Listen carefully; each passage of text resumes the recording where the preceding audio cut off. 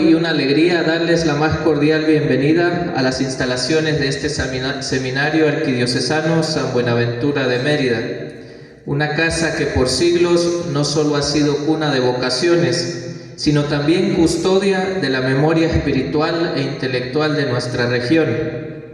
Nos convoca hoy un tema de profunda relevancia histórica, historia de la Iglesia en el nororiente del Nuevo Reino de Granada y occidente de Venezuela, a la luz del poblamiento y construcción de espacios jurisdiccionales.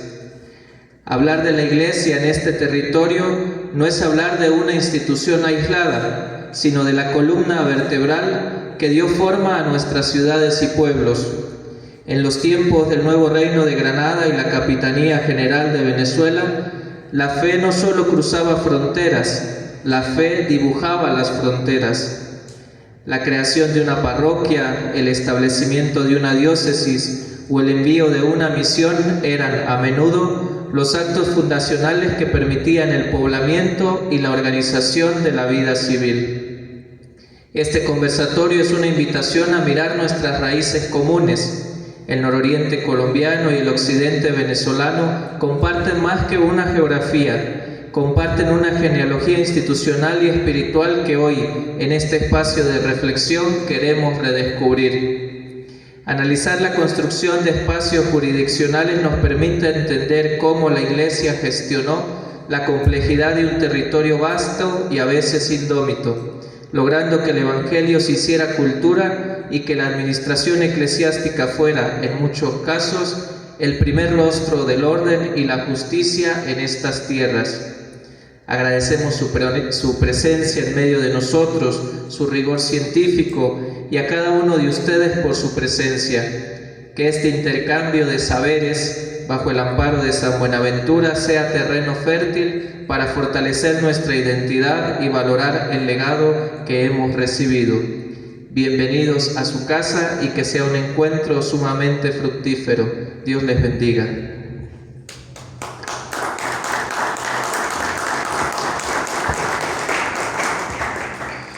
Muchas gracias, Padre Leonardo, por sus palabras y por invocar la sabiduría en este recinto de formación.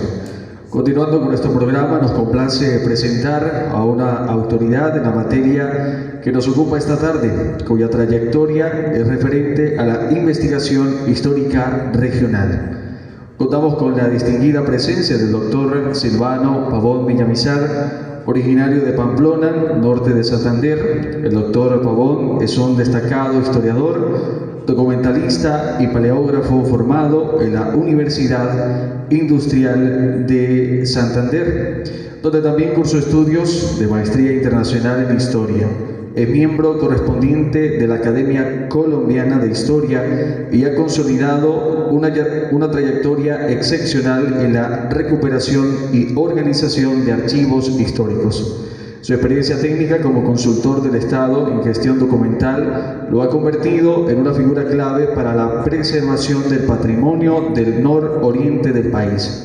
Sin más preámbulos, cedemos la palabra al doctor Silvano Pavón Villamizar para dar inicio a su disertación. Bienvenido, doctor.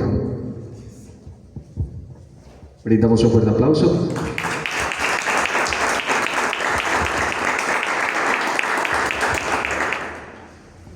Muchas gracias. Buenas tardes para todos. Un fuerte abrazo. Yo estoy muy feliz de estar acá por segunda vez compartiendo justamente con la Iglesia, que ha sido pues mi soporte, mi respaldo, parte de mis condiciones de existencia a lo largo del tiempo. Las fuentes documentales de la Iglesia, el patrimonio cultural de la Iglesia, la amistad con los religiosos que ha sido de toda la vida. Trabajé en un colegio incluso de monjas, fui durante muchos años formador de maestras en la normal superior de San José de Cúcuta, también en la normal superior para señoritas de Pamplona. He estado todo el tiempo muy cerca, he sido acólito de obispos, ¿sí? Y ahora luchando por el patrimonio cultural de la Iglesia. Aquí, Padre Edward, no se imagina lo grato que es estar acá, con mi compañero, socio, en esta su casa. Y con respecto a la formación de presbíteros, ese ha sido otro de mis desempeños. Tengo ya casi 20 años acompañando la formación de presbíteros. No creo, estamos en el año 26, ya 25 años de estar acompañando la formación de presbíteros en el Seminario Mayor San José de Cúcuta. Entonces, estar aquí con ustedes es como estar en mi casa, ¿sí? Y con la oportunidad de compartir pues, un poco la visión histórica, digamos historiográfica. El oficio mío es la historia, soy historiador y entonces eso. Trabajamos ahora el tema de gestión documental porque estamos clarísimos en la vida que si no se conservan los documentos en estas generaciones, pues no pasarán a la historia. Hoy conversando con una profesora de la facultad allí, me removió pues una tristeza que en otro tiempo yo creía ya había superado, y es que saber que los documentos se dilapidan, saber que los documentos se pierden, yo como historiador la tengo clarísima. Si no hay documentos, la sociedad no pasa a la historia, y lo tenemos claro en las generaciones pasadas. Por ejemplo, en la primera parte del siglo XX no hay documentos en las municipalidades, todos se perdieron. En las guerras decimonónicas los documentos se perdieron, gran parte de ellos. Acudimos a los documentos de la Iglesia, que a pesar de todas las dificultades conservó sus documentos. Entonces, a veces son muy pocas las fuentes. Hay pueblos con vacíos historiográficos de más de 50 años. ¿Por qué? Porque no se conservaron los documentos. Yo hoy le escuché a una persona decir, no, están incluso quemando los documentos. De inmediato dije, estas generaciones, por vía de lo público, no pasan a la historia, porque los historiadores del futuro no tendrán cómo estudiarlos. ¿Ves? Y bueno, la historia de la Iglesia como objeto de estudio. Entonces, para empezar, compañeros, el pasado humano, la verdad honesta, está oscuro, ignoto,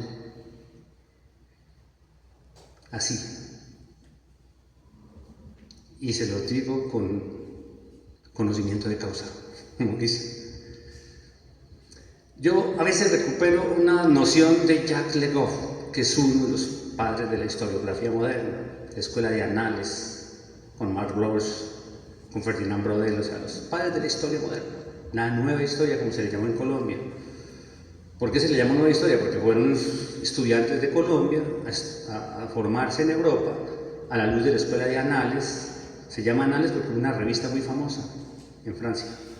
Y esos jóvenes que estudiaron en Europa y que bebieron de las fuentes de Annales, vinieron a Colombia y crearon un movimiento historiográfico. Germán Colmenares, Ernesto Barpinzón, Jaramillo Uribe, Juan Fiede, una colección de historiadores. Y no eran tantos, pero instauraron un modelo nuevo de hacer historia. Y así se fue quedando un poco atrás la historiografía tradicional de las academias antiguas y se forjó la historia crítica, la historia social. Entonces se abrió un panorama extraordinario para mirar al pasado, y es a través de qué ventanas se puede ver al pasado. Y una de esas ventanas son las instituciones. Y cuando miramos las instituciones, uno evalúa cuál de ellas le muestra mejor el pasado. Y hablar de historia de la Iglesia es hablar de la sociedad misma, porque la Iglesia ha sido actor y parte fundamental en la constitución de nuestros pueblos. Cualquier día, estando en el Seminario Mayor, la hora como de un descanso, nos íbamos para allá para donde los padres, apartecito de los seminaristas, toman su algo en la mañana. Y entonces había un formador, ya falleció, un abuelo, un señor bastante mayor, de la comunidad solspiciana. Y se me acercó y me dijo, yo lo escucho a usted, y usted sí hace historia de la Iglesia, yo no. Él se llamaba Juan, y yo le decía por molestar, el preste Juan. Y le decía el preste Juan, porque es que hay una imagen en la historia de la Iglesia y de la cristiandad, eso es mitológico en realidad, de un religioso extraordinariamente santo, muy santo y muy famoso, en la época de las cruzadas, que por cierto, los cruzados iban a Tierra Santa y muchos de ellos pasaban hasta la India a buscar el preste Juan para que los absolviera de todas sus matanzas, todas las cosas que habían hecho. Y el Preste Juan fue un reino cerca al Ganges, por allá. Hoy en día, documentalmente no está tan probado que eso existiera, y se quedó como una leyenda. Entonces yo le comentaba al padre, él se llamaba Juan, y yo decía, Preste Juan, y él dijo, ah, sí, y hablábamos de esas historias. Pero ese día él me dijo, usted hace historia de la iglesia, yo cuento las vidas de papas. Yo le dije, sí, usted cuenta las vidas de papas y las vidas de santos. Y nos reíamos, hablando, dijo, ay, de las vidas de santos no me hable, me dijo él. Y yo le dije, ¿por qué? Dijo, porque las vidas de santos, que creemos son historias de vida, están redactadas deliberadamente para mentes incautas. Y eso es conmovedor en términos. Y usted lee vidas de santos, le preguntaba a los chicos, ¿leen vidas de santos? Pues las vidas de santos se usan para una catequesis de atrio, ¿no? Pero el estudio, ustedes, es en otros términos, ¿no? Y listo, entonces, voy a contarles cómo asumimos los historiadores la historia con una ventana tan importante, tan especial como la historia de la Iglesia. Y yo puse ese título, pues, demasiado largo, demasiado rimbombante, pero bien, comprensión del poblamiento y construcción de territorios.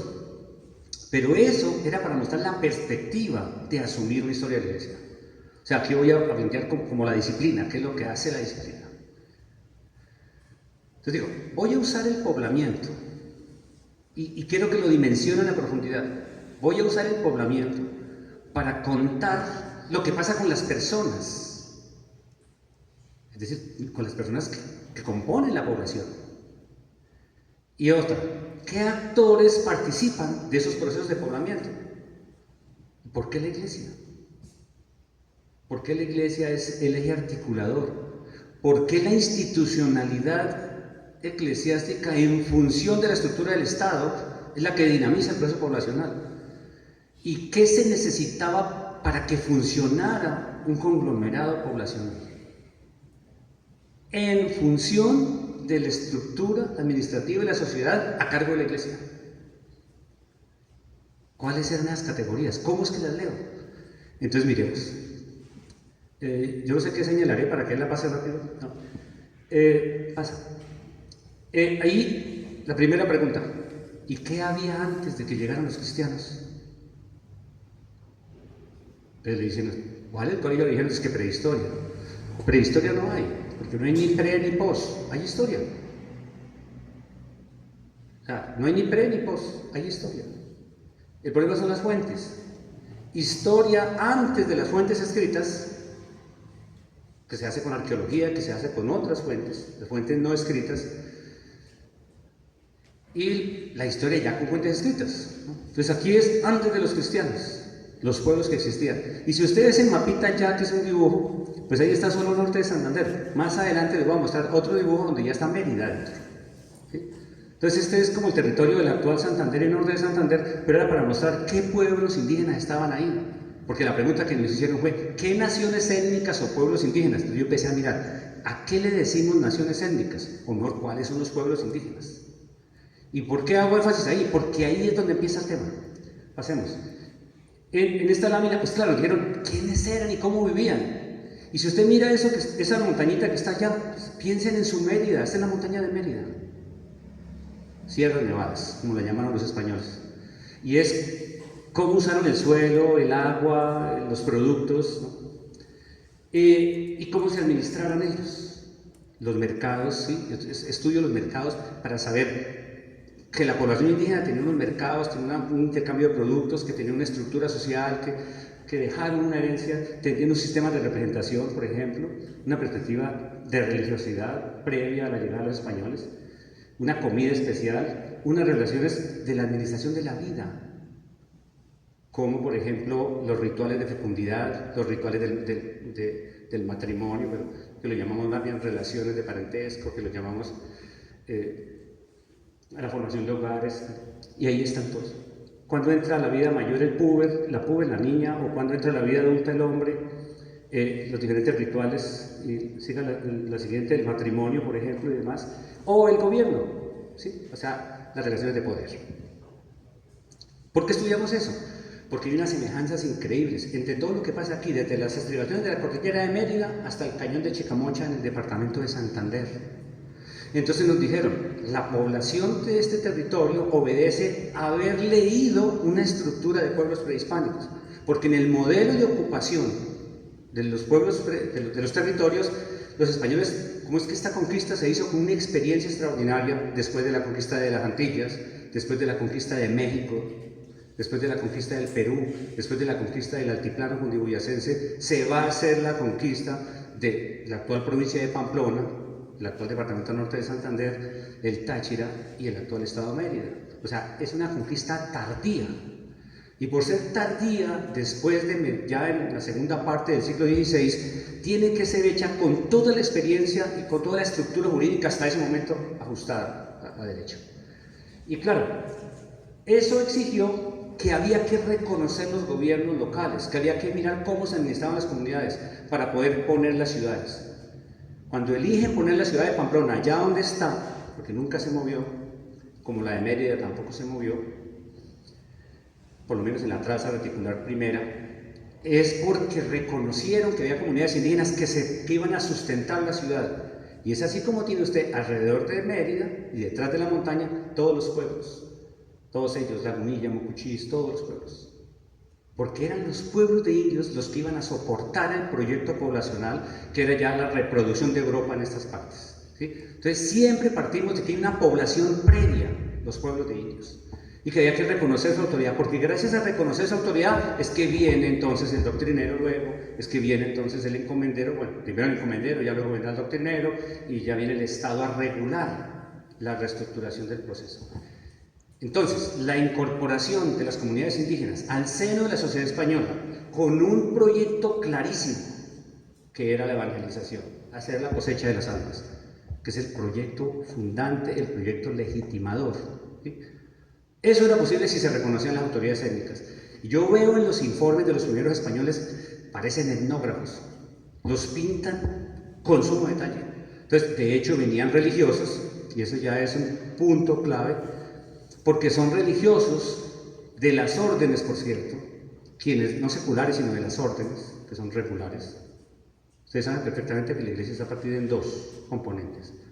La iglesia diocesana, representada por Monseñor Lisandro, por Monseñor Edward, por Dios va para allá corriendo, ¿sí o no? Sí.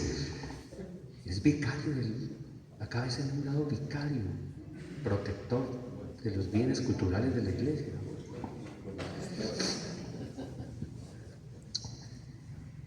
Se necesita la autoridad y el rol de la iglesia para poder constituir los territorios e incorporar las comunidades indígenas al seno de la sociedad hispánica.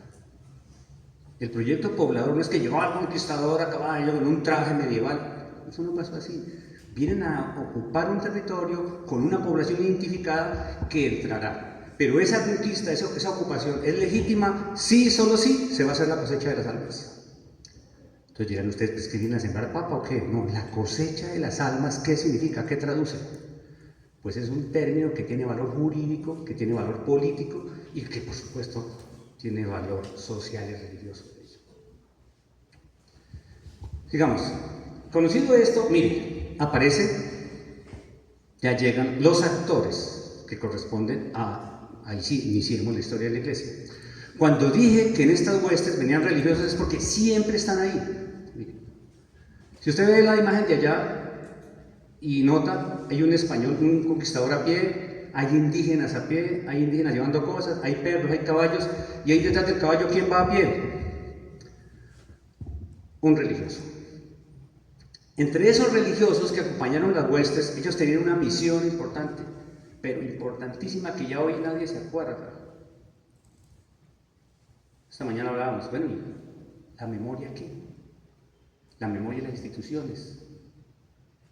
Tenían la función de ser la memoria, y era una institución, la crónica, y vinieron especialistas a pintar con palabras todo lo que veían.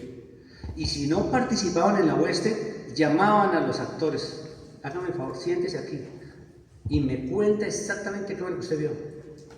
y hacían interrogatorios increíbles. Aquí en Mérida estuvo en 1563 un dominico llamado Fray Pedro de Aguado, entrevistó a todo el mundo.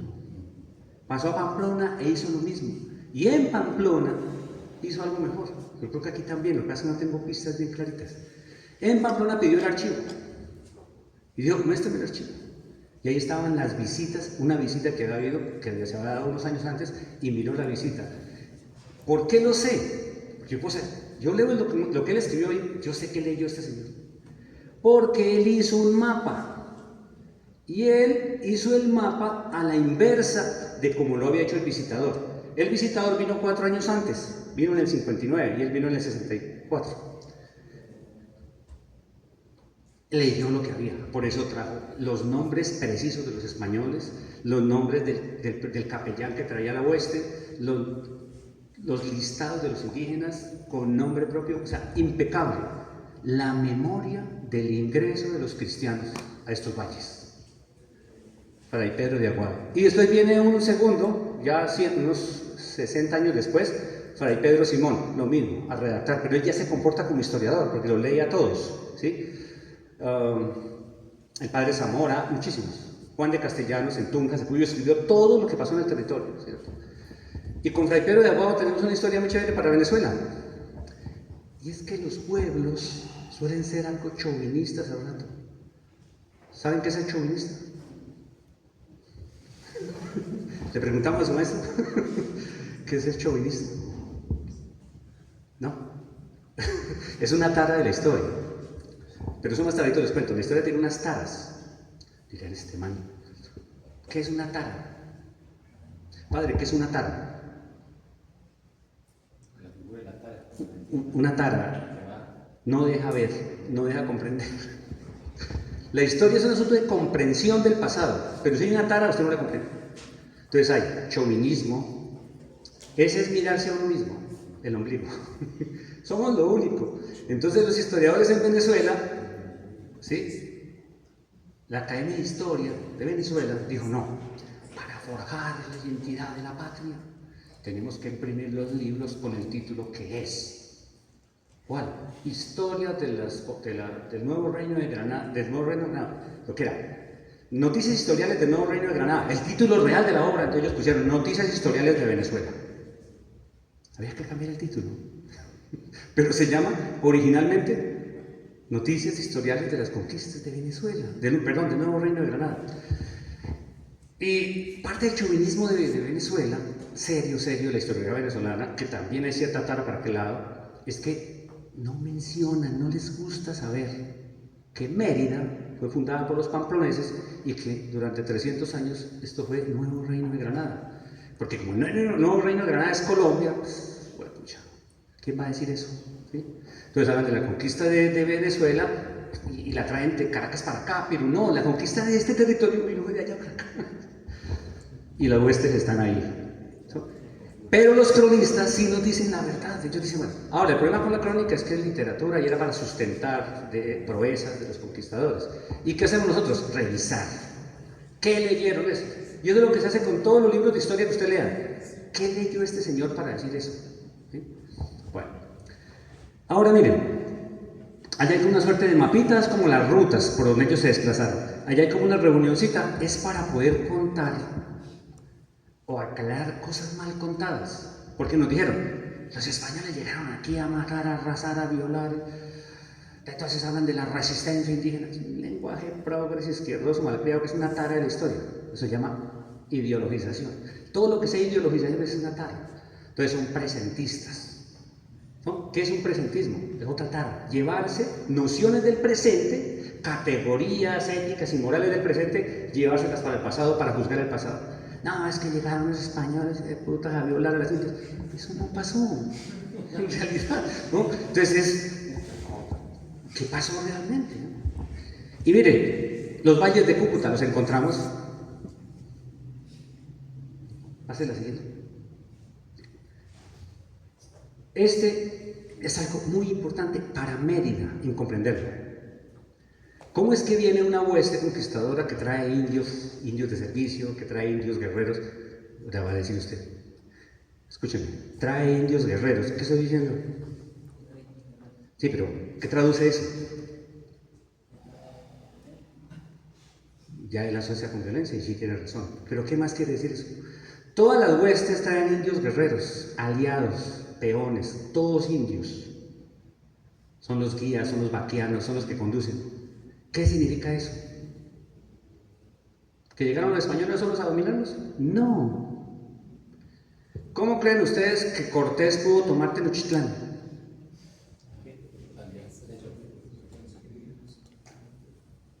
1500 hombres que tiene Cortés, con 70,000 guerreros, totonecas, mixtecas y tabascos. La conquista de América, si es que la quiere decir en esos términos, no hubiera sido posible, jamás de los jamases, sin el apoyo decidido, comprometido, eficaz de indios aliados, guerreros y de servicios españoles. Todas. La hueste de Pamplona llegó, en promedio traía cada español 10 indígenas de servicio o guerreros aliados. De Pamplona para acá lo mismo. Toda la gente de Pamplona, chitareros, se los trajeron para acá. ¿Y aquí vinieron a qué? Pues como guerreros de conquista. Servían de vaquianos, servían de traductores, servían de todo. Entonces siempre era, pero estos señores, miren, tienen que hacer gobierno. Por cierto, en la historia de Mérida, problemas políticos y problemas jurídicos fregadísimos. Por eso surgió San Cristóbal, para dirimir un poco esos problemas. Y de hecho, manipulación política. Juan de Maldonado tenía un hermano en la corte, bueno, un desastre. Y finalmente Mérida salió adelante. Mérida es un ejemplo de resiliencia en toda su historia. ¿Qué es resiliencia? Resistir. ¿Qué es resiliencia? ¿Quién me la pinta mejor? Porque miren lo que estoy diciendo. Mérida es un ejemplo de resiliencia en toda su historia. Así como la capacidad de afrontar y vencer superando los obstáculos. Exactamente. Como el buco que se dobla y se vuelve. Exactamente. Y desde el principio, desde que nació, tuvo que soportar la inclemencia de todo el mundo y salió adelante. Y claro, fueron llegando actores que la fueron, como el obispo fundador de la diócesis. Pero ellos sí tienen que organizar. Este es el cabildo. El cabildo es algo muy espectacular, y es que el cabildo, que trae un sacerdote, que trae indios aliados, que toman, reconocen la tierra, pasean todos los cerros estos. Y después dicen, vamos a poner la ciudad aquí. Y luego miran qué jurisdicción pueden tomar. Van casi a Saltocuyo, a los llanos, a la culata del lago. Y tienen un problema con el río Chama, porque el río Chama son varios. Una cosa rara ahí, ellos no lo entendían muy bien. Y le dicen al cabildo de Pamplona, no, el río Chama es, pero sobre el río Chama prácticamente pusieron a Mérida.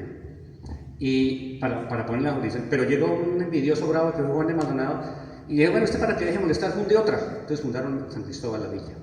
Pero se resolvió el tema. Y pudo Mérida salir adelante, porque estuvieron a punto de extinguirla. Pero ya estaban los indios, ya estaba el proyecto completo. ¿Quién va a dirigir el tema de la doctrina? Pues ellos vienen acompañados de un secular, que lo puso el padre Alonso Velasco en Pamplona, pero el secular no se puede hacer cargo de la doctrina. Entonces aquí ya voy pensando, van ustedes mirando, ahí está el sacerdote, pero ¿qué puede hacer? ¿Qué está facultado para hacer? Él no va a hacer doctrina, porque él viene de capellán de la hueste. Eso sí saben ustedes que es un capellán, ¿no? Y el capellán de la hueste tiene que ocuparse de atenderlos, de asistirlos a ellos, asistirlos en enfermedad, asistirlos en la muerte, asistirlos a hacer la Eucaristía todos los domingos, porque en esa época sí tocar en el monte, pero había que hacer Eucaristía, había orden y respeto. El capellán no se va a hacer cargo de los indios. Entonces, ¿quién se va a hacer cargo de los indios? Porque ocurre que hay algo muy complicado. Los indígenas no se pueden dejar sin evangelización. Es un precepto legal increíble. Y es la base de la legitimidad del proyecto. Es un asunto jurídico de primer orden. ¿Cómo fue posible eso? Porque ocurre que el padre Bartolomé de las Casas en México Él se da cuenta que en México están destruyendo la población indígena y que la población indígena está muriendo por maletas sin el bautizo, sin la evangelización. Está dándose cuenta que los españoles los están sometiendo a trabajo arduo todos los días, mañana, tarde y noche, y que ellos no están yendo a la doctrina, que no hay doctrina. Y que además son muy poquitos los religiosos todavía en México.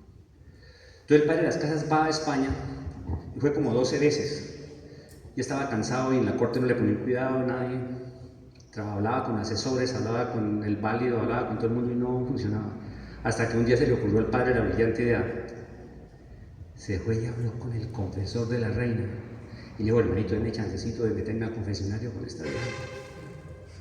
Y él, el confesor le dio chance de entrar al confesionario. Y agarró la reina y le dijo, hermanita, usted tiene la conciencia cargada y te vas a ir para el infierno. Y la otra dice, yo me confieso todos los días. Digo, sí, usted confiesa todos los días, pero no está haciendo lo que tiene que hacer. ¿Se acuerda que su santidad el Papa les dijo que si no se hacía la evangelización, que si no se hacía la cosecha de las almas, usted tiene la conciencia cargada y va derechito al infierno? ¿Y cómo está pasando eso? Entonces ya le explica en el confesionario a la señora.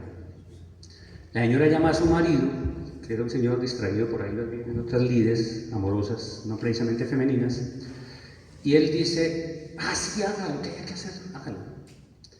Y le da al padre que él mismo redacta con otros abogados, con unos abogados las normas, y se producen unas normas espectaculares en 1542, las leyes nuevas. Y las leyes nuevas, ¿qué prescriben? No es una ley por una ley, es un modelo extraordinario. ¿Qué estableció ese modelo? Una cosa que ustedes ojalá vieran por ahí, la Congregación de México. La Congregación de México es el gran modelo de doctrina y poblamiento indiano en toda América. De tal modo que cuando se hace el poblamiento de Mérida, después de Pamplona, porque Mérida es hija de Pamplona, aquí tienen que acatar la norma, ya no hay escapatoria, estamos en 1550 y pico. 58, imagínese usted. La preocupación es quién se va a hacer cargo de los indios, porque si no hay nadie que se haga cargo de los indios, no hay proyecto. Y ellos tienen que resolver ese tema. Y sí, entonces le piden ayuda a la Pamplona, entonces Pamplona dice, bueno, vaya uno, vayan dos. Entonces escriben a Santa Fe, a Cartagena, a todas partes. Entonces dicen, bueno, agustinos, entonces franciscanos, entonces Santo Domingo. ¿Quién se va a hacer cargo? Y así es que llegan los primeros, para que atiendan a todos los pueblitos. Pero eran muy poquitos religiosos. Entonces, ¿qué tienen que hacer? Ya ellos están en las encomiendas, ya la ciudad, mire, la ciudad tiene destino porque ya tienen los actores políticos. La hueste, que es militar, se convierte ahora en un ente civil, que es el cabildo. Un organismo militar, ¿qué tiene? Capitán general, el fundador. Tiene unos capitanes juntos, tiene sargentos, tiene cabos, tiene una estructura militar. Tiene un soporte como empresa privada, pero es militar. Pero la legitimidad se la da al Estado y se la da el cumplimiento del acuerdo fundamental, que era evangelizar a los indígenas. Entonces, para poder hacer eso, este cabildo, que es el que se forma con la ciudad, 4 regidores tuvo Mérida originalmente, ellos van a ver cómo resuelven todos los demás problemas. Pasemos. Y entonces es así como verifican primero, que eso se hizo a la entrada, esto se llama el requerimiento, y es, por ley tenían que hablar a través de un intérprete y decirle a ellos, oiga, nosotros venimos aquí, le traemos la religión verdadera, venimos de parte de un rey sabio, santo, él los va a proteger y todo, que por cierto era cierto, el rey los iba a proteger. Y el otro le dice, está el intérprete, está en el centro, y le va hablando a los indígenas y el otro le va diciendo, ¿no? La gran mayoría fueron pacíficos esos encuentros, pero algunos no, y donde no, pues hubo violencia, hubo muerte. Pero así siguió, para poder seguir. Esta es yo siempre trabajo con líneas de tiempo, entonces siempre que hagan historia, siempre que hagan lectura de documentos históricos, hagan línea del tiempo. ¿Sí? Pues lo hace uno hasta con un expediente, porque usted coge el expediente y aplica un principio que se llama principio de orden natural, y es saber cuándo se produjo el primer documento y cuándo se produjo el último. Uno hace líneas del tiempo todo el día, a toda hora, para poder hacer. Entonces aquí se hace en historia eso, líneas del tiempo, cuándo pasó. Entonces ahí está. de que llegó Cristóbal Colón, Santa Marta, Cartagena, Santa Fe, Tunja, Pamplona, luego sigue ¿qué? Mérida, y luego sigue San Cristóbal, y luego La Grita, Ocaña, o sea, todo lo que se hizo. Sigamos. Estas imágenes yo ni las explico, porque ellas solas hablan. De hecho, esa es una obra, que por cierto la voy a dejar por aquí ahora, que se escribió para los maestros y los niños. Hice unas pruebas con unos niños de 7 años en un colegio, en Villa Rosario. Les di la lámina sin texto, y le dije al niño, ¿qué ves ahí? Y un niño de 7 años de una me dijo, pues que los españoles llegaron y se acostaron con las niñas, durmieron con ellas y ahí empezó el mestizaje. De plano me dijo. El niño leyó sin texto ni nada. Entonces ahí donde dije, o sea, pusimos a prueba las láminas en términos pedagógicos. O sea, cómo una lámina de esas es perfectamente un proyecto de aula para un maestro. Que un maestro sea capaz de documentar la lámina, usar la lámina para hacer el discurso y poder explicar esto. Y es una historia comprensiva que un niño de 7 años puede entender. Entonces es una obra que se escribió para maestros y para niños, en realidad. Y es ahí que está mostrando que en los valles de Cúcuta fue esa la dinámica en el encuentro de los dos mundos. Y sí, rápidamente empezó el mestizaje. Continuemos. Ahora, las fuentes. Miren, esto sí es importante para ustedes. Bueno, yo espero que todo sea importante. Las fuentes. Ese libro se llama Catálogo de Pasajeros a Indias. Ahí están todos los religiosos. Entonces, si quiero, busco una herramienta con el libro digital y le digo, sáqueme todos los presbíteros. Y me saca todos los presbíteros y sé quiénes vinieron, cuáles órdenes, cuándo entraron. Hoy estábamos hablando con el padre de los capuchinos de Navarra, que eran realistas extremos y que Bolívar los mandó cascar a todos. Porque ese sí fue un matacuras, matando esto, ¿cómo se llama? Capuchinos de Navarra, eran realistas bravos. Sabemos. Entonces, esas son las fuentes para hacer historia. Entonces, ¿quiere buscar religiosos que entraron de España en el siglo XVI? Ahí están las listas. De estos son 8 tomos. ¿Sí? Allá está, es una edificación, es el Archivo General de Indias en Sevilla. Yo creo que el padre me contó que había estado en España. ¿Alguna vez no pasó por acá? Muchas veces. Es el Archivo General de Indias. ¿Qué hay en el Archivo General de Indias? Que no te imaginas sobre Mérida.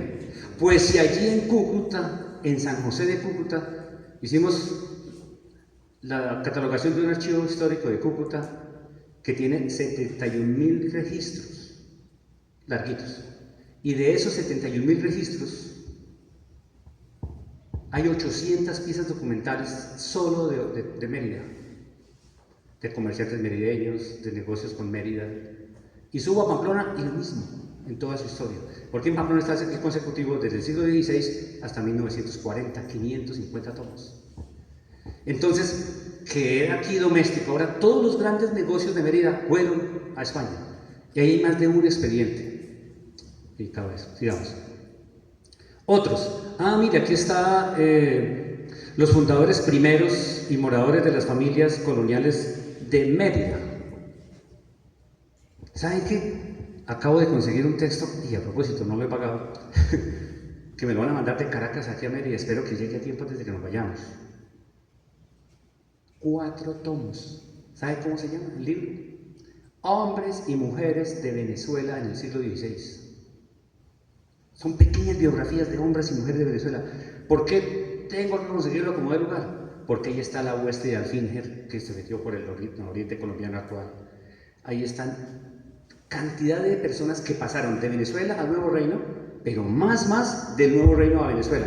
Cuando se nos desaparecen allá en el Nuevo Reino, sabemos que se fueron para alguna parte. Pues ¿para dónde? Para Venezuela. ¿Sí? Entonces, eso en el siglo XVI. Ahora, ¿qué me dicen de la historia de hoy? 8.000 venezolanos salieron del país y buena parte de ellos pasaron por Colombia y más de 3 millones se quedaron en Colombia. O sea, la historia se repite en distintas vías. ¿Ves? Pero ahí están las fuentes. Allá hay otro que es el diccionario de fundadores. Y esto que está aquí a la derecha es el catálogo. Como ustedes pueden ver, miren, ahí están los nombres. Fulanito, fulanito, fulanito, fulanito. Y ahí están los religiosos, por supuesto. ¿Sí? Sigamos. Este es el listado. Si ese listado ustedes lo miraron para historia nuestra de Mérida, es la siguiente. Ahí hay 106 personas, la hueste que pobló Pamplona. ¿Cuántos de esos 106, empezando por el fundador, creen ustedes que vinieron aquí a Mérida? Pamplona se fundó en 1549, Mérida se fundó en 1558. ¿Cuántos años hay de diferencia?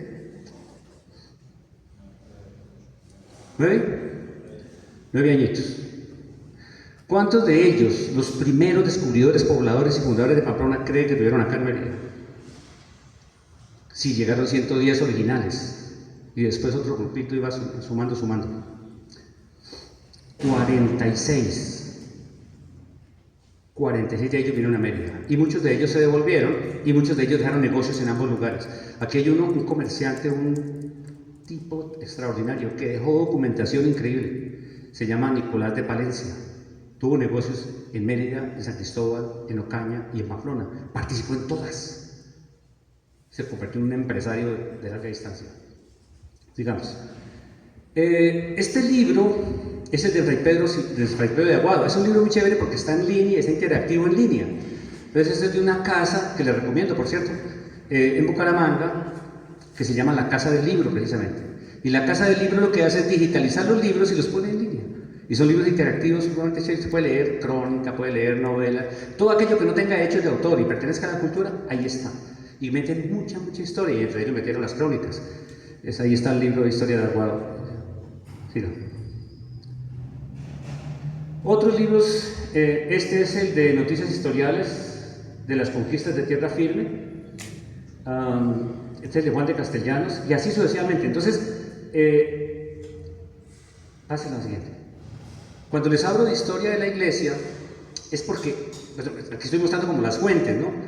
Es dónde están los religiosos, qué hicieron, qué rol ocuparon y cómo se fue constituyendo la sociedad. Si quiero historiar la iglesia, estudio a los hombres que vinieron, pues mujeres después.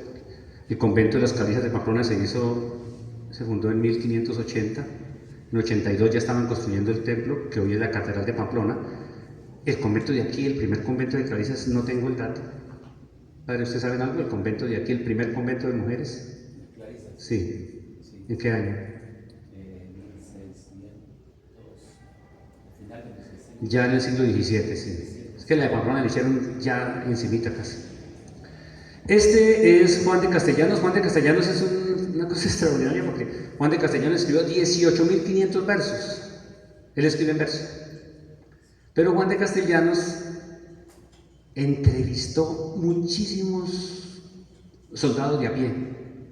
Entonces, fíjese lo que es hacer el trabajo que le ponen a hacer en la vida. Yo siempre digo, cuando lo pongan a hacer algo, hágalo bien. No solamente hágalo, sino hágalo bien.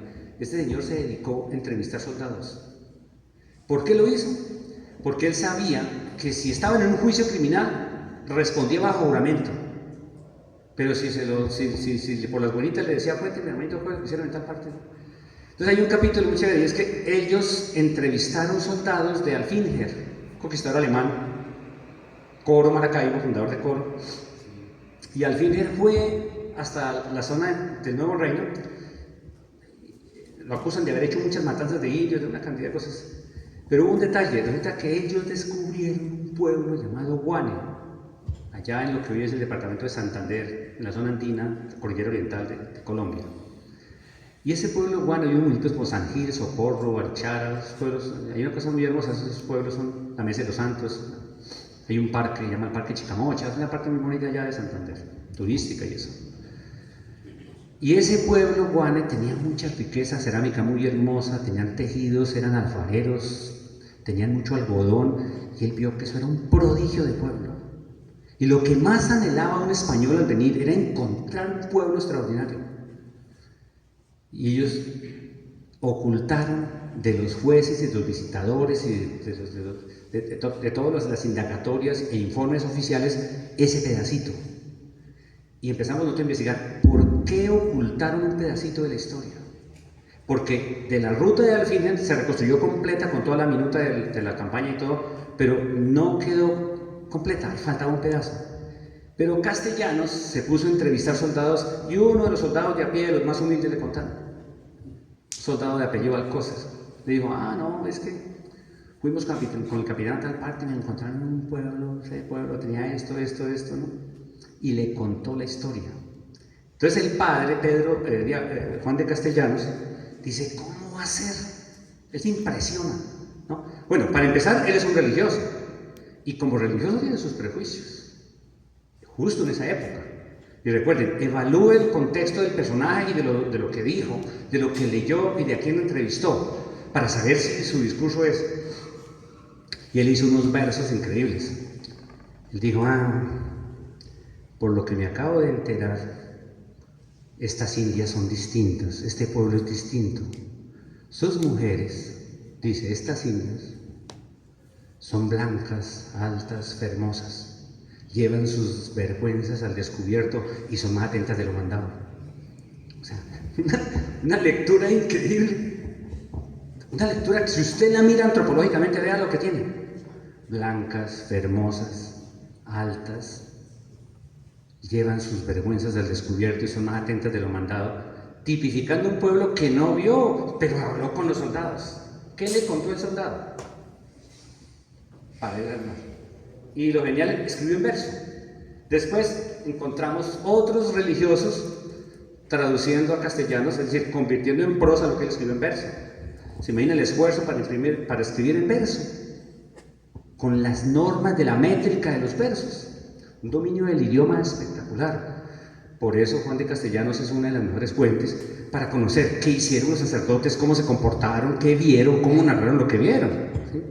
Sigamos. Aquí ya viene, vayan siguiendo la pista Mérida, la ciudad. La ciudad española es el gran proyecto. Pero una ciudad tiene unas categorías claras. La ciudad es un poblamiento de españoles, con la autoridad que hay que instaurar, que es, como ya dije, un cabildo, una hueste militar se convierte en un cabildo. Esos capitanes, sargentos y cabos después se convierten en ¿qué? En regidores, alcaldes y otro tipo de funcionarios. Ahí están hablando y discutiendo. Ellos se encargan de repartir la tierra, ellos se encargan de verificar que los indios tengan encomendero, ellos se encargan de las mercedes, de dar permiso para las obras, las pulperías, los negocios, digamos que los oficiales, como son orfebres, talabarteros, herreros, ellos organizan la ciudad, es el gobierno de la ciudad, pero administran una jurisdicción territorial. Y aquí hay un detalle: la ciudad española no son las casas o el asentamiento urbano. De hecho, lo que menos cuenta es el asentamiento urbano. Los primeros años vivían en las chozas de los indios, vivían con los indios, dormían con ellos. Lo que cuenta es hasta dónde alcanza el brazo de la justicia y hasta dónde pueden administrar. Por eso buscan rápidamente el vicario que va. Los cargos eran los siguientes: el capellán se convertía en el beneficiado de la ciudad y rápidamente conseguía de su obispo el título de vicario para decirle: yo administro este pedacito en su nombre, porque no tiene obispo, por supuesto. El obispo está en Santa Fe o está en Santa Marta, y entonces él necesita tener autoridad para gobernar. ¿A quién? A los fieles, a los españoles, que hay que ponerlo en cintura y apoyar la doctrina, verificar que se diera la doctrina y la misa infalible, y armar el proceso del culto, que tiene que tener las 3 cofradías, tiene que armar rápido una cofradía para el Santísimo, si no, ¿quién va a pagar el aceite para la lámpara encendida en el Santísimo? Tiene que armar la de las ánimas, porque si no, ¿quién le da de comer a él? Porque el sustento no dan las ánimas, son las ánimas las que le dan de comer al cura. ¿Qué quiere decir eso? Tú que vas a ser presbítero, ya lo vi con esa carita. ¿Qué quiere decir eso? Que las ánimas son las que le dan de comer al cura. Pero no solamente se anotan. ¿Qué pasa ahí? La colaboración. Paña y paña. ¿Qué hace la secretaria? Pañar y apuntar en un cuaderno, ¿cierto? Pues eso no se lo inventaron ahora. Es el sustento del cura. Sino el que va a comer. Él no es cuerpo glorioso, tiene que comer. ¿O no? Mire aquí un señor. Él no es cuerpo glorioso, tiene que comer. Y alguien paga. Entonces, si no están las cofradías, si no tiene el templo, ¿cómo se hace eso? Eso se hace con recursos. Y él tiene que. El de Pamplona se hizo empresario. Entonces, yo estudio las empresas. Cuando me encuentro con los empresarios, eso es magnífico. Se van a decir usted, ah, curas empresarios, pues sí. Cheto se ríe. El padre Velasco, en Pamplona, ¿qué le tocó hacer? Presiento, eso no tengo el dato, pero presiento, es un asunto de interpretación, ¿no? Y los pamploneros estaban ayudando mucho.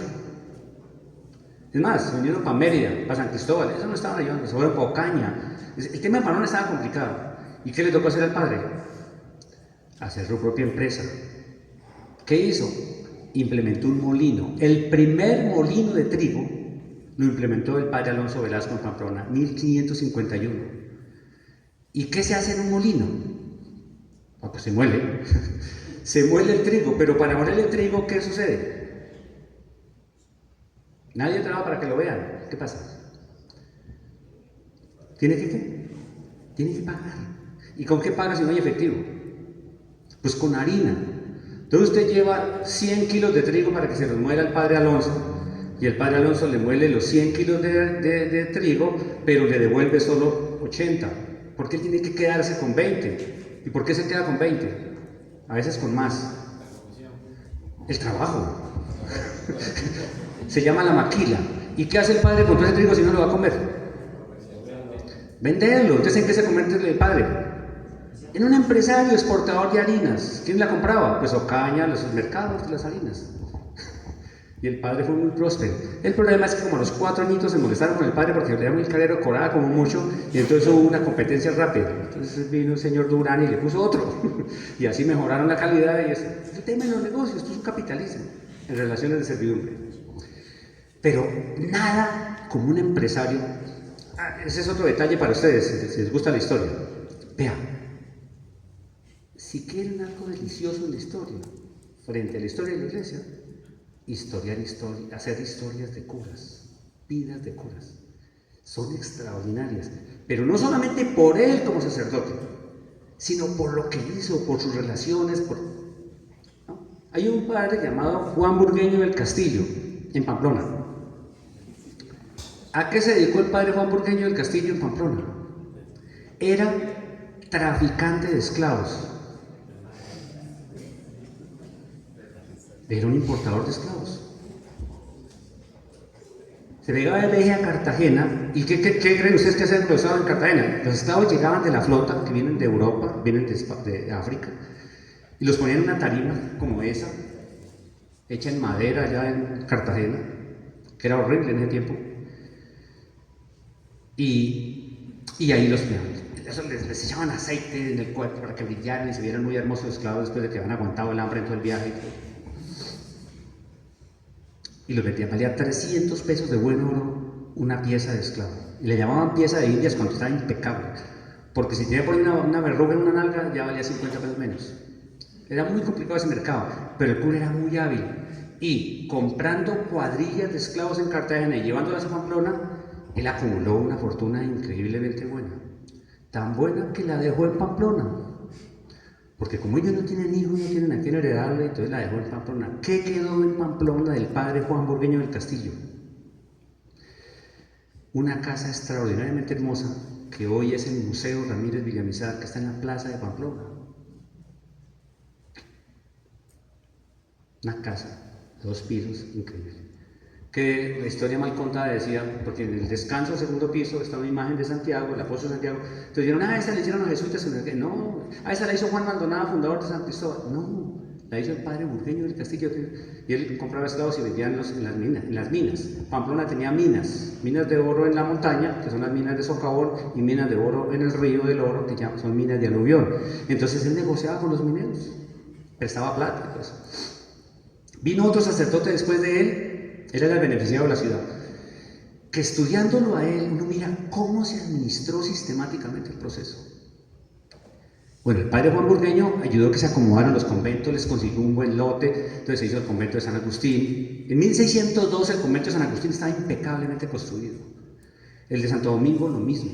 En 1617 su sucesor, que era un Pedro Esteban Rangel, ese era otro empresario increíble, pero ante todo era gestor de procesos, trajo los jesuitas. Los jesuitas llegaron a Pamplona en 1617 y rapidito les consiguió tierras para el colegio. Y el colegio en Pamplona tenía dos grandes haciendas, una para el río Magdalena, eso son palabras mayores, y otra allá en La Bateca y Toledo, donde es mi compañero. Y allá está la finca de los jesuitas. Y esa hacienda todavía se conserva arquitectónicamente. ¿Y sabe qué es atractivo de esa hacienda? Que eran tan bacanos los curas, los jesuitas, que hicieron hasta un baño turco. Y uno encuentra ya el baño turco, la pasaban re bien en el campo. Y tuvieron potestades increíbles. Mire, los jesuitas en Pamplona, bueno, no solamente el colegio, y tiene otra hacienda aquí en los valles de Cúcuta. 1629 en Mérida. De Pamplona, o sea, los mismos de Pamplona pasaron para acá luego, el 29. En los valles de Cúcuta tenían otra hacienda, poderosísima. Ellos, el rector del colegio, para que ustedes vean el rol de la iglesia, bueno, las regulares tanto los seculares, eso sí está claro para ustedes, regulares y seculares. Ustedes son diocesanos, o sea, son seculares. ¿Sabe qué significa secular? Ay, no me va a decir que no, porque le he hecho el maestro. ¿Qué significa secular? ¿Por qué iglesia secular? ¿Por século y seculorum? No.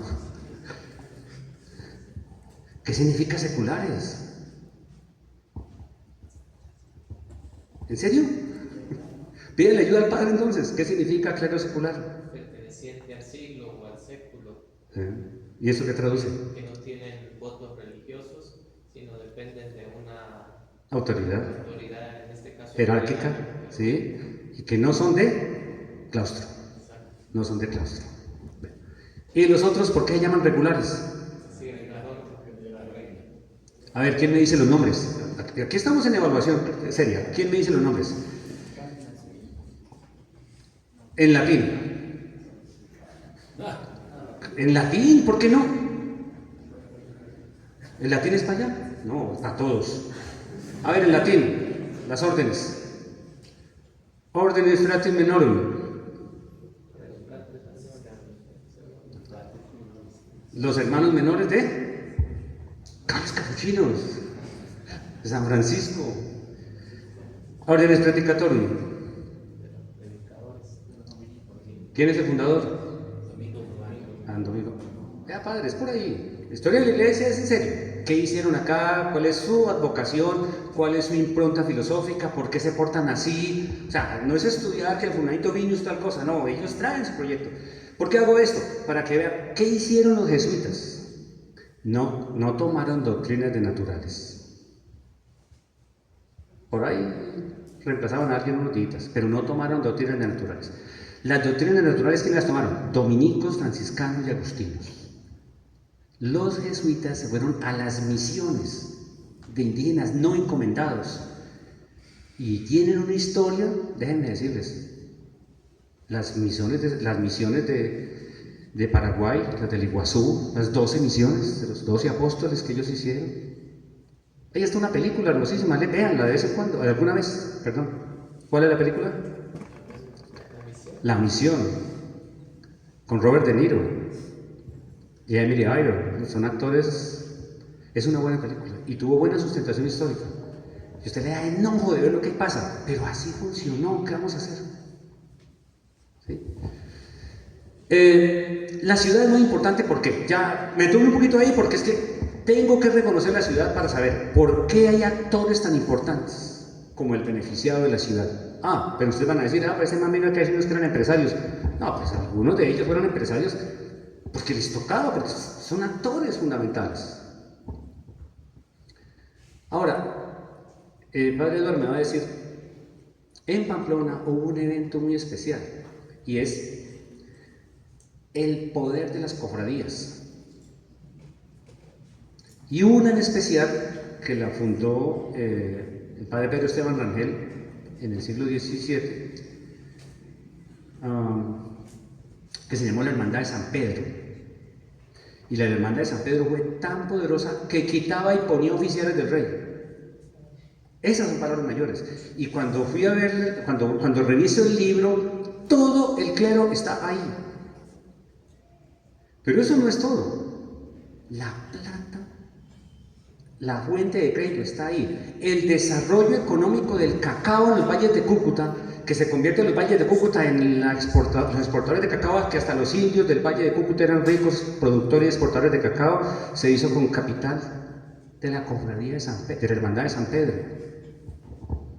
Y el rol de los sacerdotes administrando cofradías, administrando capellanías de misas, administrando rentas de muertos, jugaron un papel extraordinario. Esa es una cosa que muchos dicen, ay, pero es que la iglesia estaba llena de plata. Eso sí y no. Es decir, es la estructura de ellos como actores administrando recursos de la sociedad para generar desarrollo.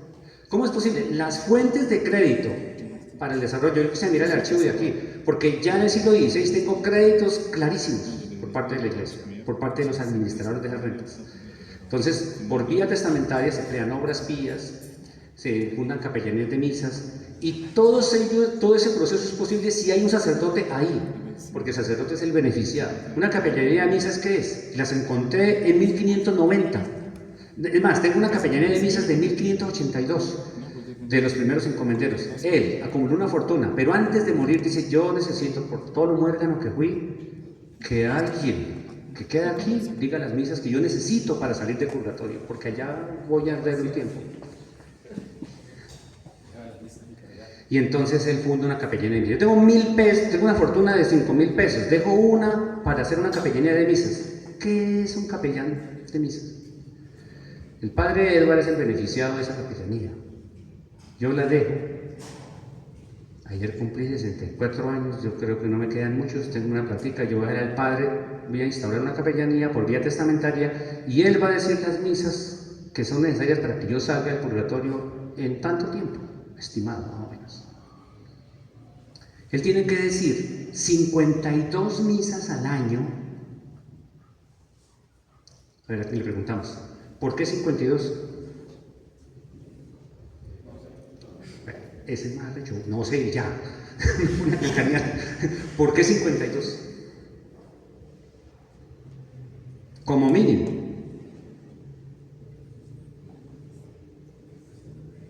¿Por qué? Porque la misa de difuntos es el lunes. Entonces todos los lunes es una misa de difuntos. La misa de las ánimas. Por eso las ánimas le pagan al cura. Pero la capellanía de misas es a favor de eso. Gracias a eso, escúchame, gracias a esos dineros y a esa labor de los religiosos, tanto en los conventos, como en las cofradías, como en las capellanías, como en las obras pías. Hay un libro de una colega, a mí no me gusta mucho el título, pero el libro es muy, muy bueno. Una colega mía de la Universidad Industrial de Santander, que se llama Adriana Ferreira, es ahorita la coordinadora del área cultural del Banco de la República en Cúcuta, y el libro se llama La economía de las almas y el crédito colonial. Ella muestra respetuosamente, porque lee los expedientes impecables, muestra cómo, gracias a la economía de las almas, el desarrollo agrícola de los valles fértiles.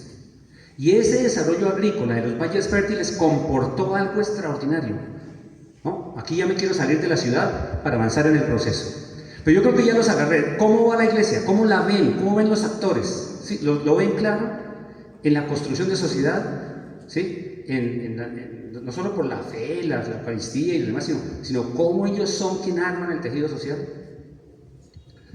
Aquí tenemos, sigan.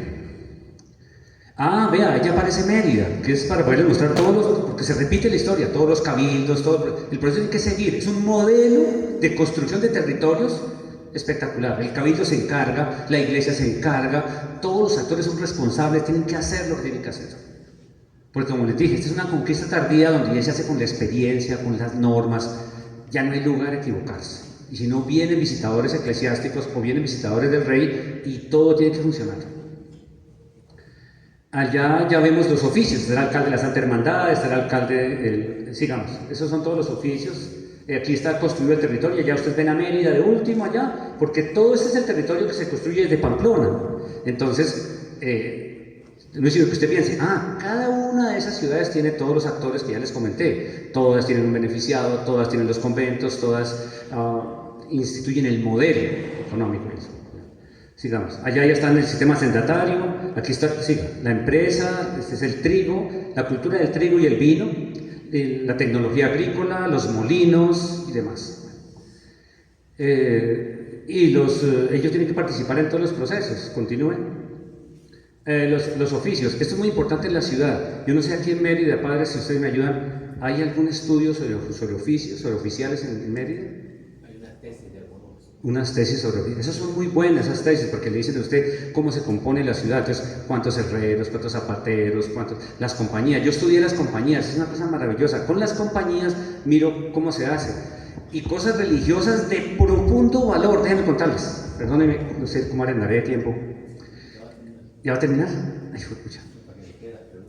Sí. No, me toca acelerar un poquito ahorita porque falta tema.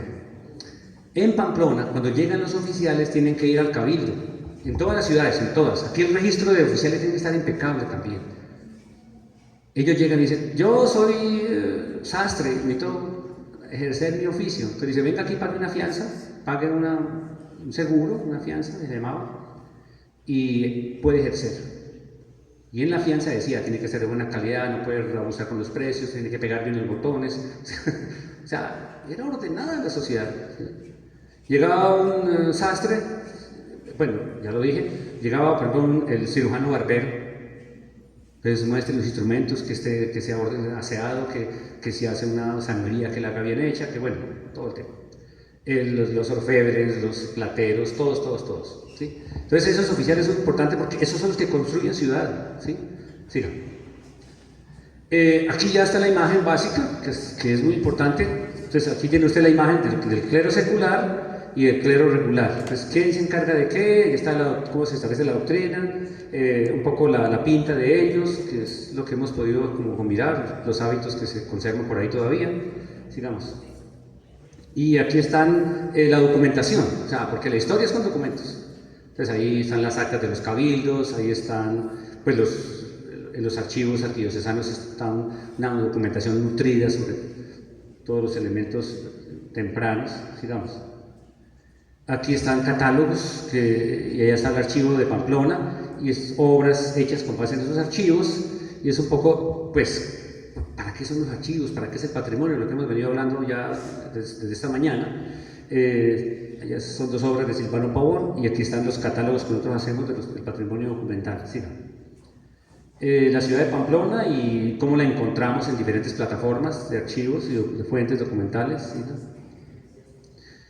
Estos ya son los pueblos de indios y ahí está la imagen que les contaba de que el padre de las casas le dijo a la reina, vea, usted está grave con eso, y logró que se hicieran los pueblos de indios de Occidente. Y estos pueblos de indios, lo que llamamos la República de los Indios, tiene aquí en Mérida había un estudio que veo que tiene una historiadora que no es muy querida por acá, pero pues nos toca leerlo porque ella lo hizo. Es la historiadora Eda Zamudio, que escribió La República de los Indios. Me puse y miré el texto y vi que pues ella traslada la teoría, porque allá en la UIS le dijeron, mire, no tenemos los pueblos de indios de Mérida, hágalos. ¿Y por qué? Porque ya hicimos los pueblos de indios de allá, del sector de Santander y norte de Santander. Es la historia de la República de los Indios, los pueblos de indios. ¿Siga? Este es cómo se instauraron los pueblos de indios. Sin un doctrinero no hay pueblo de indios.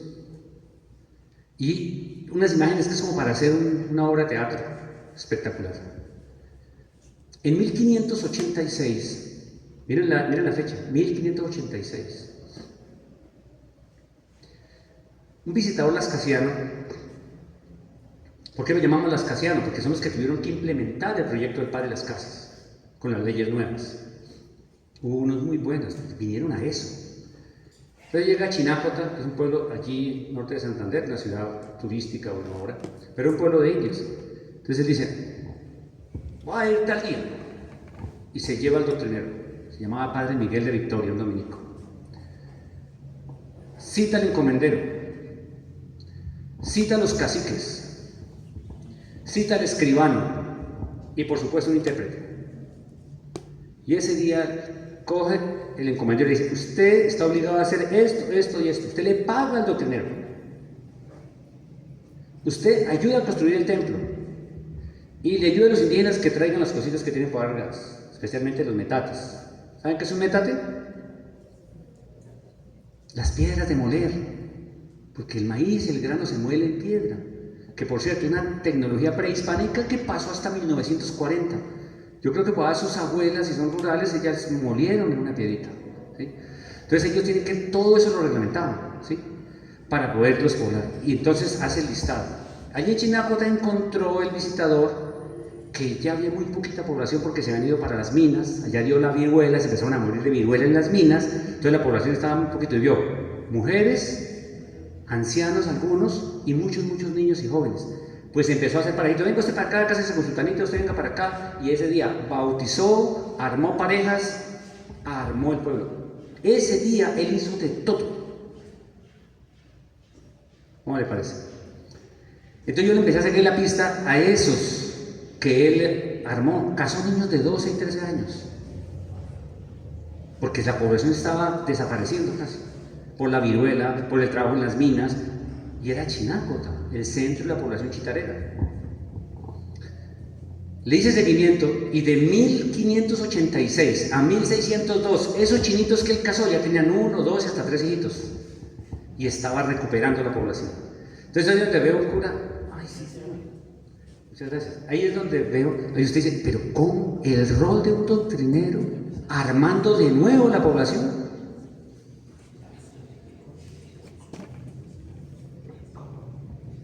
Y arman la población. Entonces la defensa de los indígenas, ¿quién la hizo a lo largo de todo el sistema hispánico? La hicieron el doctrinero, o sea la iglesia defendió a los indígenas a morir, que se casaran, que fueran a misa, que se poblaran, que la capilla funcionara, y algo muy especial, los oficios de república. Pasemos. Redimir, mire, ahí está el cura peleando con el encomendero para proteger el trabajo de los indígenas, para que les pagaran a los indígenas, ¿sí? Los indígenas no tuvieron sujetos a servidumbre. Todo el que sometió a los indígenas a servidumbre tuvo que pagar, lo multaron, se los quitaron. Y después de que se establecieron las doctrinas, los indígenas siempre los protegió el religioso. O sea, la iglesia protegió a los indígenas todo el tiempo. Y por eso los indígenas fueron aliados del rey. Vea, una consecuencia de ello, ¿cuál es? El 95%, lo sabemos, de los indígenas se fueron con el rey. Los criollos, empezando por Bolívar, odiaban a los indios, porque los indios eran realistas. Bolívar los mandó matar en Pasto, mataron más de 3.000. ¿Quién los ejecutó? El grandísimo mariscal Sucre, Bartolomé Salón, Flores, hasta Córdoba. Porque toda la población indígena amaba al rey. ¿Por qué? Porque el rey los protegió durante más de 200 años. Entonces, la historia que nos contaron, un poco ideologizada, un poco, uno escucha por ahí, la resistencia.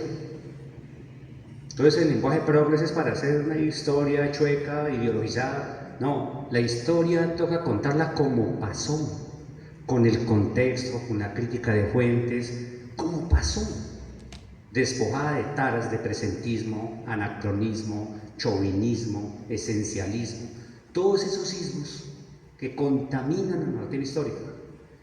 Si algo yo hago por todas partes es que, mire, interprete correctamente, sea transparente, tenga honestidad interpretativa y, por supuesto, honestidad disciplinar para poder hacer. Entonces, mire, les trajeron, vea, una cosa chévere es esta. En 1602 les dieron tierras de resguardo, las famosísimas tierras resguardadas. Y para estar completo el proceso, mire, les dieron gallinas, vacas y cerdos. Y eso fue extraordinario. Y vemos los estudios de población, vemos que de una vez empieza la curva de población a ascender de nuevo. Y así se mantuvieron los pueblos de indios durante todo el sistema hispánico. Porque tuvieron gallinas, huevos, leche y comieron cerdo. Empezaron a nutrir mejor. Entonces la mortalidad infantil bajó, las muertes perinatales también bajaron. O sea, hay muchos estudios de población, pueblo por pueblo, y nos ha mostrado eso. ¿Quién es el actor principal ahí? Pues el doctrinero, incluso enseñándoles hábitos de aseo, enseñándoles muchas cosas para que ellos sacaran adelante su proceso. Sigamos. Esta imagen que ustedes ven ahí, que mucha gente no me entiende. Cuando yo digo oficios de república, yo, pero ¿qué pasa ahí? Vean, hay una caja comunal que es una cajita ya de madera que ustedes la ven allá. Esa cajita tiene 3 llaves y está colgada del cuello de las personas que la administran. Una llave la tiene el doctrinero, la otra llave la tiene el cacique mayor y la otra llave la tiene un oficial del rey que se llama protector de naturales. Y hay una autoridad real en la audiencia que es el fiscal general y protector de naturales que está hombro a hombro con el virrey en la lucha por proteger a los indios. Y se llama así.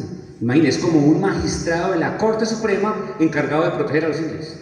Y tiene sus agentes en los territorios que llaman protectores de naturales. Y está el cura. Y los 3 administran las rentas. ¿Y qué tal esto? ¿Quién está allá como imagen religiosa preponderante? Imagen religiosa preponderante. ¿Quién está allá? La Virgen. ¿Cuál es esa? Nuestra Señora del Rosario. Eso significa que la doctrina es dominica. Ah, bueno, échenle ojito. Son las advocaciones de las órdenes. El Rosario, los dominicos, los franciscanos tienen. Nuestra Señora de los Dolores. ¿Qué más? Cada uno tiene. Ahora, ¿por qué vírgenes?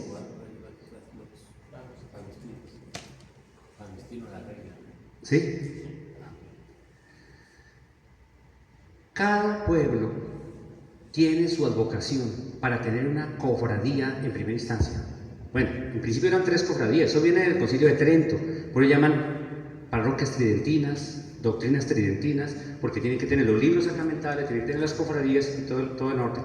Y esas cofradías indianas eran el seguro social, eran la EPS, todo lo que usted quiera. Tenían amparo para los niños huérfanos, tenían amparo para las viudas, tenían amparo para las ancianas y ancianos, amparo para los difuntos porque pagaban los entierros. O sea, la Virgen se encargaba de todo eso. Yo miro un pueblo, hay un pueblito allá de Pamplona que se llama Chopo, hoy es Pamplonita. Tenía 4 hatos de ganado y la Virgen pagaba todo. Y un día llegó un visitador español y le dijo: no, ustedes ya no son un pueblo de indios, ustedes son una parroquia, hay que eliminar esto. Y dijo: no, entonces vamos a hacer la iglesia. Y construyeron el templo de nuevo, ¿sí? Y se mantenían. La Bateca fue lo mismo. La Bateca es un pueblo que queda al lado de Toledo, allí en el norte de Santander, que la Bateca se convirtió en una romería extraordinaria. Desde aquí de Mérida tenemos registros que iban indígenas hasta allá, pasando por la montaña. Es más, el Estado propuso un camino entre la Bateca y Mérida. ¿Para qué? Para pasar todos los indígenas que iban hasta allá. Porque la cofradía de Nuestra Señora de las Angustias de la Bateca se convirtió en un centro de romería. Y allí ellos tienen, la Virgen tiene muy buen ganado, la Virgen tiene, como les dije, llegó un español y quería eliminar todos los indios, un español llamado Francisco Moreno y Escaldón, dijo: no, estos pueblos ya son pueblos de indios con sustento de parroquia. ¿Por qué? Porque la población blanca y mestiza era mucho mayor en ese momento, ya finalizando el siglo XVIII. Y entonces dijeron: padre, el visitador llega y ve en la hora de la Eucaristía, porque él va a la hora de la Eucaristía, 10 de la mañana, la misa mayor, y mira al público, ve las caras, y él es un oficial del rey. Dijo: no, esta vaina, esto es un pueblo con sustento de parroquia. Pues había solo 20 familias indígenas, había 180 feligreses. Y va y mira el libro de las cofradías, y el 90% de los cofrades son blancos y mestizos, y estos ya no son indios. Entonces le dice al cacique: vamos a eliminar el pueblo indio y ustedes los agregamos a Cúcuta. Y otros dicen: no, nosotros vamos de aquí para el infierno. Cúcuta es tierra caliente, la Bateca es un clima como aquí. Entonces los indígenas le dicen al padre: usted nos va a apoyar ahí, vamos a mandar a un indígena a los valles de Cúcuta, vamos a recoger la plata. Y el padre le dice: listo, vaya. Mandan a un indígena y se demora 8 meses en los valles de Cúcuta. ¿Haciendo qué? Cobrándole al uno y al otro. No, que vengo por la plata que le prestó la Virgen. Entonces el terrateniente le dice: no le puedo pagar porque el cacao todavía no lo he recogido. ¿Cuánto se demora? No, 4 meses. Pues lo espero los 4 meses y vende ese cacao. Y en 8 meses recogió 5.600 pesos que eran de la Virgen, que la Virgen le prestó a los terratenientes hacendados de los valles de Cúcuta. Y con esa plata se fueron, vendieron un ganado y construyeron el templo de nuevo, más grande, más amplio, ¿Para qué? Para poderle mostrar al Estado que ellos, o mejor, que la Virgen construía el templo y que les daba poder e hidalguía suficiente para mantenerse como pueblo de indios. Y así lo hicieron, ¿no? Hasta que llegó la República. ¿Y qué creen que hizo la República? El generalísimo Santander, con la Constitución de 1821, los borraron de un solo plumazo. Entonces usted le pregunta, ¿qué la independencia trajo a la ciudadanía? La independencia eliminó los pueblos de indios. Y después de ser dueños, de tener ganado, finca, el resguardo con la Virgen, ¿qué hizo la República? Eliminó los resguardos. Usó las tierras de resguardo para pagar las pensiones de la guerra, ¿sí? Y entonces aparece toda esa casta de generales, que muchos son aquí, especialmente en Venezuela, son esos generales que se convirtieron en dictadores y demás, porque fue el generalato que se enriqueció después de la guerra. Y los indígenas quedaron pobres, sin tierra, patirrajados por allá en la vereda más lejana que encontraron. Y esa estructura social, poblacional, religiosa, que sostuvo las comunidades indígenas durante todo el sistema hispánico, desapareció con la independencia precisamente. Entonces, a los indígenas no los eliminó el Estado español, ni la conquista, al contrario, a los indígenas los eliminó la República. Por eso es que ahora hablan por ahí un poco, la tendencia política ahora es hablar de que la resistencia, que el Estado les debe, y que es que tenemos una deuda histórica con los indígenas, y entonces ahora los indígenas, hoy en día, perdónenme esto que voy a decir, pero hoy en día, por lo menos allí y aquí en cambio también, el mejor negocio es ser indígena. El Estado le da todo. Entonces pusieron las comunidades indígenas a parasitarle al Estado, con una narrativa de que es que el Estado les debe, la sociedad les debe, que todos tenemos una deuda histórica. Deuda histórica no existe, eso es un término chimbo que inventaron por ahí por el lado de la ideología progres o bonco. Pero estas son frases que yo no las pongo por escrito porque pues, hoy en día pues, es muy susceptible de decir cualquier cosa, pero siendo objetivo, la historia tiene sus bemoles. Terminemos. Entonces, ahora sigan. Ahora viene algo muy importante. Bueno, esta es la dinámica, las fiestas patronales son bellísimas. Sigamos. Esta vía se devolvió, ¿sería? Aquí es la relación con los blancos, los conflictos con los blancos. Entonces, es que todo no es color de rosa. Los pueblos indígenas van a tener conflictos con los blancos. Y el doctrinero queda como en medio. Tiene que mediar. Entonces, ¿qué hicieron? Levanta la mano, ahora sí, el clero diocesano. Y el clero diocesano entra a resolver el problema. Serio. ¿Por qué? Porque las comunidades indígenas van a desaparecer y entonces ya son mucho, la mayor población son blancos y mestizos. ¿Qué toca hacer? Otro curato, otra unidad territorial distinta de los indios. Entonces, si querían mantener a los indios, déjenlos como pueblo de indios y le arman negocio aparte a los blancos. Y ahí es donde surge en el siglo XVIII la proliferación de las parroquias. Entonces entra la iglesia diocesana, ahora sí tienen con qué, ahora sí tienen, sacerdotes suficientes para asumir la administración de las parroquias. Y vienen las elecciones parroquiales, pero la parroquia es distinta a la doctrina. Los actores de la doctrina son los indios, mientras que los actores de la parroquia son los campesinados blancos y mestizos, población no indígena. Y ese proyecto, siga. Estos son documentos, es para mostrar que todos los documentos que están de las cofradías, de los libros bautismales, son bellísimos. Y aquí ya viene el proyecto de las parroquias. La parroquia, estuvimos ahorita en el archivo y le recomendé muchísimo ahí con la venia del padre Edward a la compañera que me buscara un expediente. Erigir una parroquia es un proyecto extraordinario. La comunidad lo hace. Tiene que cubrir 10 pasos en el derecho canónico. Hacer un proyecto, solicitar la parroquia, hacer un poder a los abogados allá en Santa Fe, en el Tribunal Eclesiástico, sustentar que tienen cómo hacer, pagar la congruencia de sustentación, que son 200 pesos al año, sustentar que van a construir el templo y vale más de 200 pesos, sustentar que construyen el templo, la casa cural y la cárcel. Si no hay templo, no hay casa cural y no hay cárcel, no hay parroquia. Tienen que sustentar que fundan las 3 cofradías de ley que están en el derecho canónico, están en el Concilio de Trento, las ordenó. Cofradía de las Ánimas, para sostener el cura; Cofradía del Santísimo, para sostener la lámpara encendida, esa es la fiesta del Corpus Christi; y la cofradía del santo patrón. Si es una es la fiesta patronal.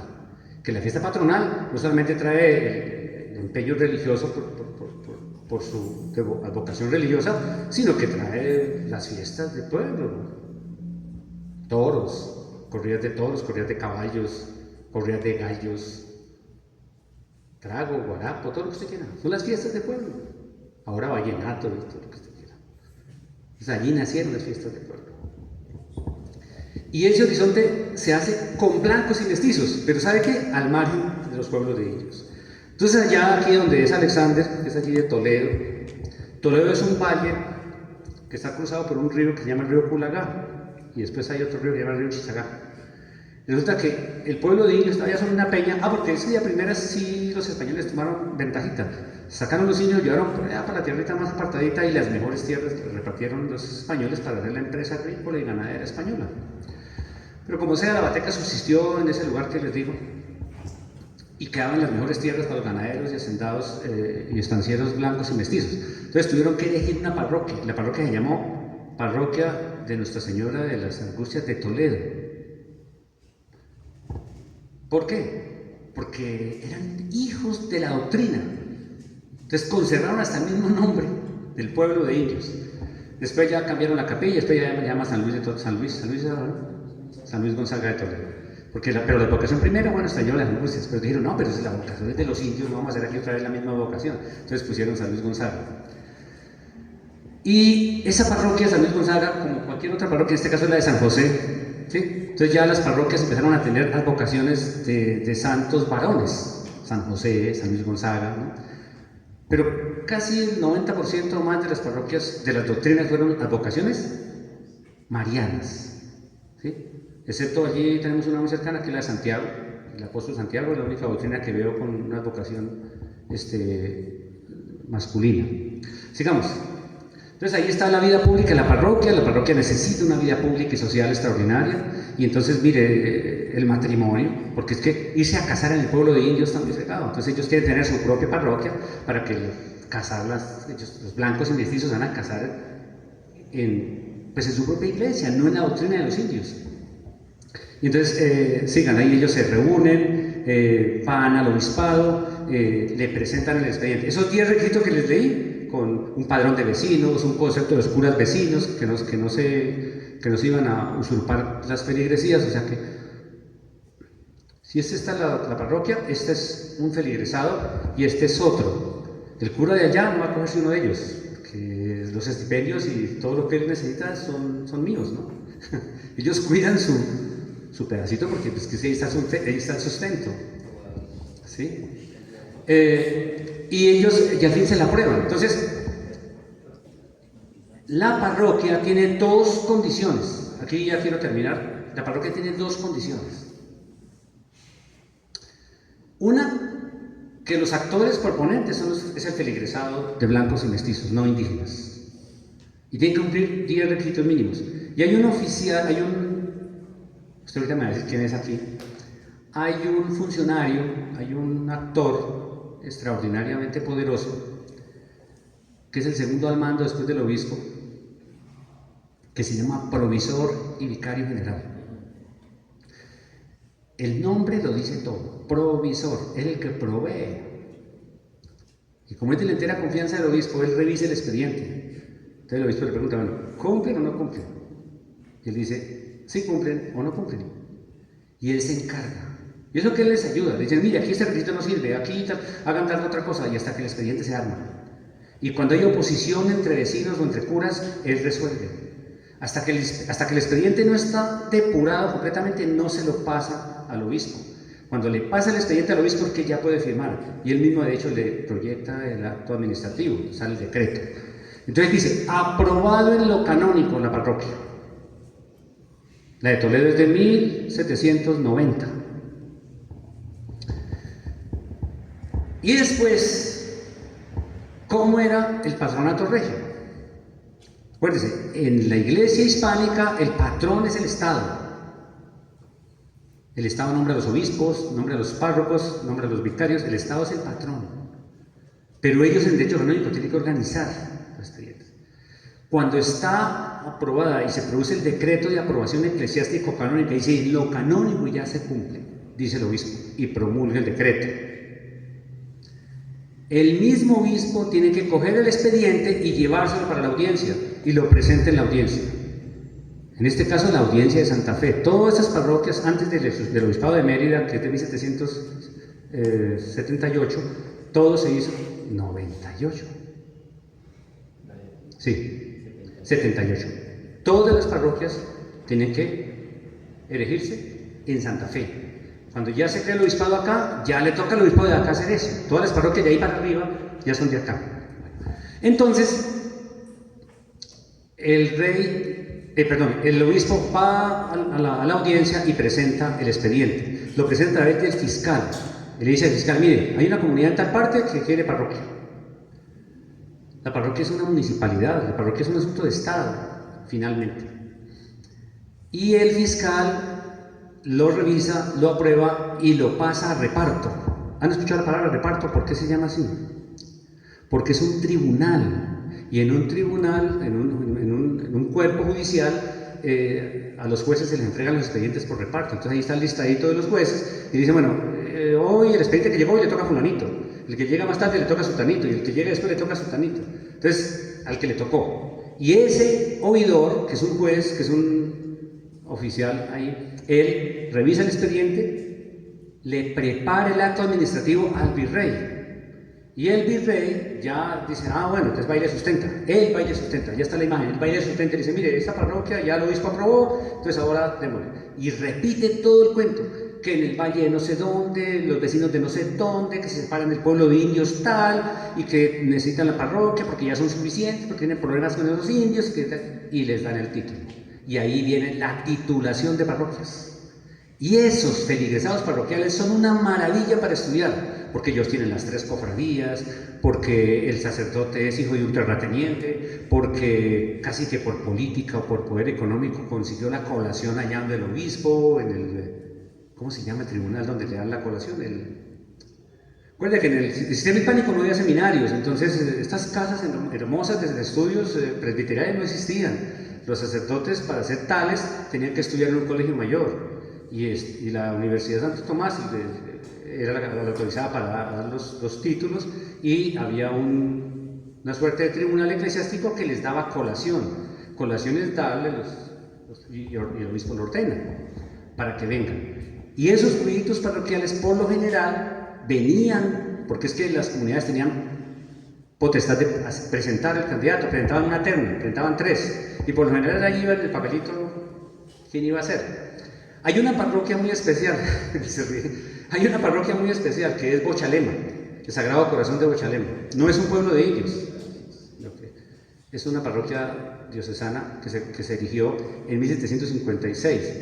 Y esa parroquia tiene algo muy particular, un solo terrateniente, don Juan Antonio Villamizar, por cierto. Un solo terrateniente, era dueño casi pues de todo. Y él dijo, no, pues yo pongo los gastos. Pero es que el cura tiene que ser mi sobrino, que es fulano. Prácticamente él le compró la parroquia al sobrino. Pero en su conjunto es una comunidad que tenía un líder que fue capaz de hacer el proceso y los animó a que lo hicieran, ¿no? O sea, la historia hay que leerla, ¿no? ¿Sí? Otro dice, no, es que don Juan Antonio Villamizar le compró la parroquia al sobrino. No, lleva un proceso. ¿Usted cree que el provisor general se iba a dejar meter gato por liebre? No. Y además el cura de Chinácota conceptó positivo. Ellos tenían que cumplir los requisitos. Sigamos. Entonces la parroquia es algo maravilloso. Mira, aquí están aprobándola, y está el virrey. Yo siempre muestro esto porque esta imagen aquí está bajita, es donde el virrey firma. Y ya después de que firman es una maravilla, porque ya la parroquia existe. Siga, ¿sí? Ya las fiestas parroquiales, esos con toros, procesiones, todo eso así. Y termina, pues. Bueno. Yo digo hasta acá, ¿por qué? Porque el objetivo era mostrarles a ustedes la historia de la iglesia con un vínculo extraordinario con Mérida, porque aquí tienen ustedes todo, la ciudad, los conventos, las doctrinas, las parroquias, toda la base cultural, social. Es una iglesia muy poderosa, una iglesia de mucha tradición, una iglesia que ha construido grandes cosas. Vienen con una historia muy poderosa, con un patrimonio de la iglesia, unos archivos prodigiosos, arte y demás. Entonces, eso no es gratuito, es porque la Iglesia jugó un papel extraordinario en la construcción de los Andes, en la construcción de estas repúblicas, en la población básica de estas repúblicas. Entonces, ciudades, doctrinas, parroquias, después algunas de esas parroquias se convirtieron en villas, y ya claro, la historia del siglo XIX es otra cosa, porque ya en una separación de la Iglesia y del Estado ya son proyectos distintos. Ya las comunidades, ya van los párrocos y atienden ciertos caseríos, atienden no sé qué, y más tarde cuando pueden los convierten en parroquia. Hay parroquias urbanas muchas después. Entonces esas son historias que se pueden también hacer y contar. Es más, la microhistoria invita a hacer las historias de barrio, las historias parroquiales, ¿sí? Y seguramente ustedes cuando ya estén en el ámbito, entre comillas, profesional, van a ser cuidadosos con los documentos, van a ser cuidadosos con los bienes culturales de la Iglesia, van a ver el valor que tienen y seguramente se animen a hacer las historias de sus parroquias y demás. Porque eso es lo que hay que hacer. Entonces, la historia de la Iglesia es algo muy, pero muy nutrido, muy exquisito, de un protagonismo extraordinario en la sociedad, de una vinculación cultural asombrosa. Yo hago historia de la Iglesia en esos términos. Entonces relaciono poblamiento, relaciono poder del Estado, relaciono desarrollo de las comunidades, qué le pasa a las personas, porque eso es la historia con carne y hueso, como dicen. Bueno, ahí perdonen.